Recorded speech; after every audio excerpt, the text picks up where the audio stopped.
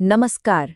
आज हम industrial management यानी कि औद्योगिक प्रबंधन की दुनिया में गहराई से उतरने वाले हैं। आप इसे किसी भी कामयाब ऑर्गेनाइजेशन को बनाने का एक ब्लूप्रिंट समझ सकते हैं। ये एक ऐसा स्टडी गाइड है जो हमें संगठनात्मक सफलता के विज्ञान से मिलाएगा। चलिए शुरुआत इस एक बहुत ही दमदार और मानवीय सोच से करते हैं। प्रबंधन लोगों के जरिए और लोगों के साथ मिलकर काम करवाने की एक कला है। सच कहूं तो ये एक लाइन ही हमारी पूरी बातचीत की नींव रखने वाली है, क्योंकि मैनेजमेंट के दिल में, उसके केंद्र में हमेशा इंसान ही होते हैं। तो सवाल ये उठता है कि ये मैनेजमेंट असल में है क्या। देखिए, इसकी ना एक दोहरी पहचान है। एक तरफ तो ये लोगों से काम करवाने की कला है, जिसके लिए जबरदस्त सूझबूझ और कम्युनिकेशन स्किल्स की जरूरत पड़ती है। और वहीं दूसरी तरफ ये किसी भी काम को पूरा करने और लक्ष्य तक पहुंचने का एक विज्ञान भी है, जिसके अपने तय तरीके और सिद्धांत होते हैं। आर्ट और साइंस का यही जो मेल है ना, यही इसे इतना दिलचस्प बनाता है। अच्छा, तो इस ब्लूप्रिंट को और भी बेहतर तरीके से समझने के लिए हम इन 5 की स्टेजेस से गुजरेंगे। सबसे पहले जानेंगे कि मैनेजमेंट की बुनियाद क्या है, फिर देखेंगे कि ऑर्गेनाइजेशन का ढांचा खड़ा कैसे होता है, इसके बाद मैनेजमेंट की सोच में क्या क्या बदलाव आए वो समझेंगे, फिर हम उसके इंजन यानी कोर फंक्शंस पर बात करेंगे और आखिर में सिस्टम का एक हेल्थ चेक करेंगे। तो तैयार है? चलिए शुरू करते हैं। तो हमारा पहला पड़ाव इंडस्ट्रियल मैनेजमेंट का कोर यानी कि बुनियाद रखना। यहाँ हम उन फंडामेंटल आइडियाज की बात करने वाले हैं जिन पर हर मजबूत ऑर्गेनाइजेशन टिका होता है। एक अच्छे मैनेजमेंट में ना 4 खासियतें होती हैं। पहला, ये हमेशा गोल ओरिएंटेड होता है, मतलब हर काम का एक बिल्कुल साफ मकसद होता है। दूसरा, ये मल्टी डिसिप्लिनरी है। इसमें साइकोलॉजी से लेकर इकोनॉमिक्स तक कई फील्ड्स का ज्ञान इस्तेमाल होता है। तीसरा, ये सारे रिसोर्सेज, चाहे वो लोग हों, पैसा हो या मशीनें, इन सबको एक साथ लाता है। और चौथा, इसका स्वभाव हमेशा प्रोडक्टिव होता है, मतलब कुछ न कुछ वैल्यू क्रिएट करना ही इसका काम है। तो ठीक है, बुनियाद तैयार है। अब बारी है ऑर्गेनाइजेशन का ढांचा खड़ा करने की।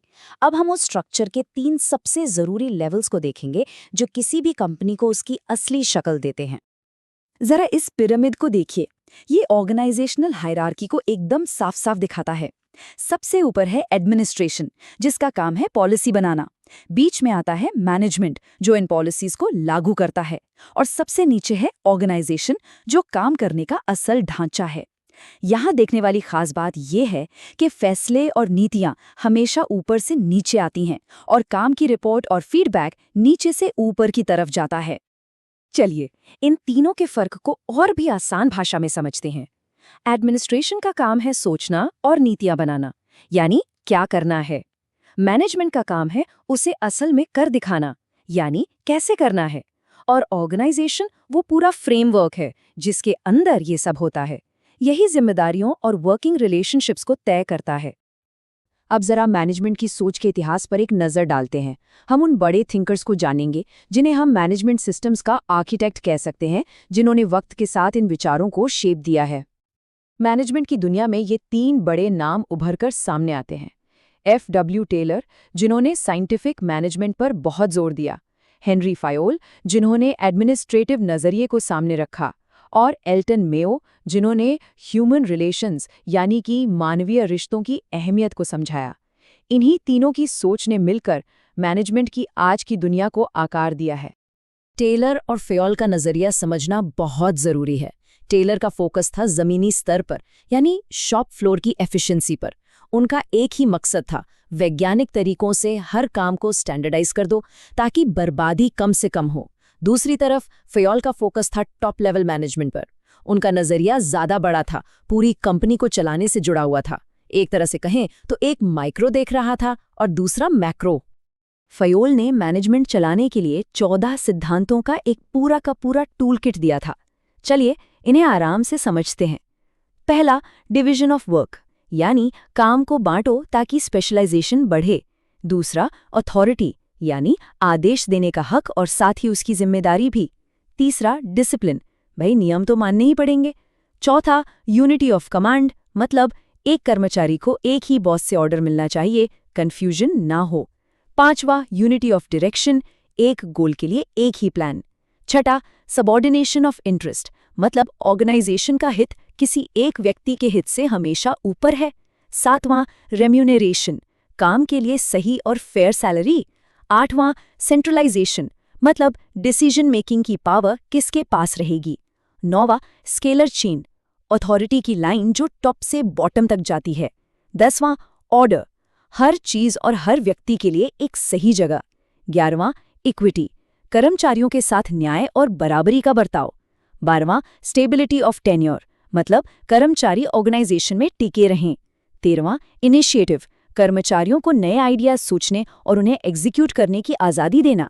और 14वां, एस्प्रे द कोर, यानी टीम स्पिरिट और एकता की भावना। लेकिन फिर आए एल्टन मेयो और उन्होंने पूरी सोच ही बदल दी। उनके मशहूर हाथॉर्न एक्सपेरिमेंट्स ने ये साबित कर दिया कि लोगों को मोटिवेट करने के लिए सिर्फ पैसा या डर काफ़ी नहीं है, बल्कि इमोशनल फैक्टर्स और सोशल रिलेशंस यानी आपसी रिश्ते अक्सर ज़्यादा पावरफुल होते हैं। यहीं से आप कह सकते हैं मैनेजमेंट में बिहेवियरल साइंस की शुरुआत हुई। अब बात करते हैं ऑर्गेनाइजेशन के इंजन की, मतलब उन कोर फंक्शंस की जो इसे असल में चलाते हैं। यहाँ हम PODSC फ्रेमवर्क को समझेंगे, जो किसी भी ऑर्गेनाइजेशन के ऑपरेशंस को पावर देता है। तो ये है मैनेजमेंट का इंजन।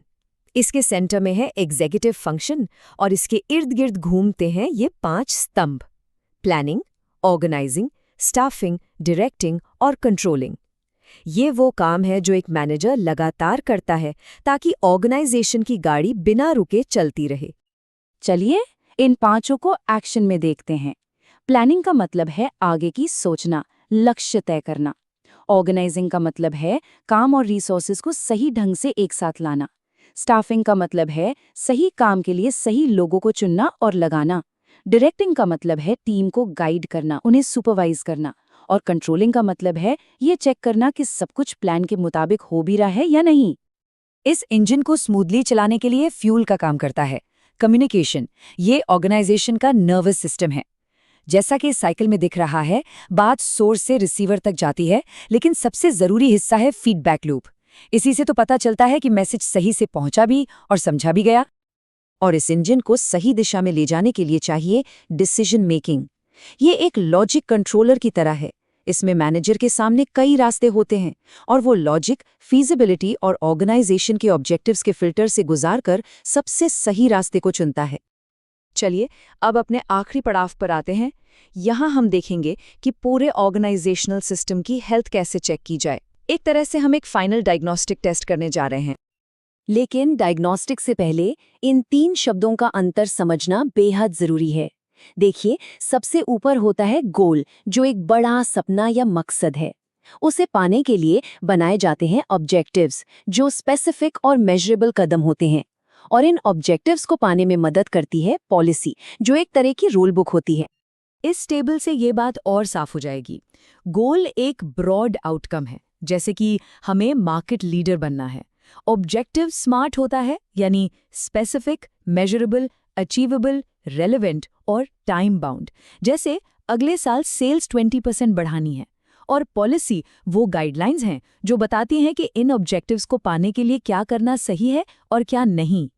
और ये रहा हमारा final tool, the management health checklist. ये एक बहुत ही प्रैक्टिकल टूल है जिससे किसी भी ऑर्गेनाइजेशन के सिस्टम की सेहत को परखा जा सकता है। इस चेकलिस्ट में कुछ बहुत ज़रूरी सवाल हैं जो असल में हमारी पूरी बातचीत का निचोड़ है। क्या हायरार्की साफ साफ डिफाइंड है? क्या ऑब्जेक्टिव्स स्मार्ट है?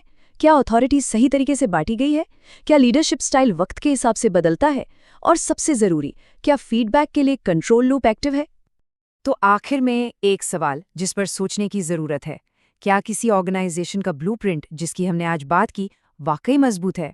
इस पर विचार ज़रूर कीजिएगा।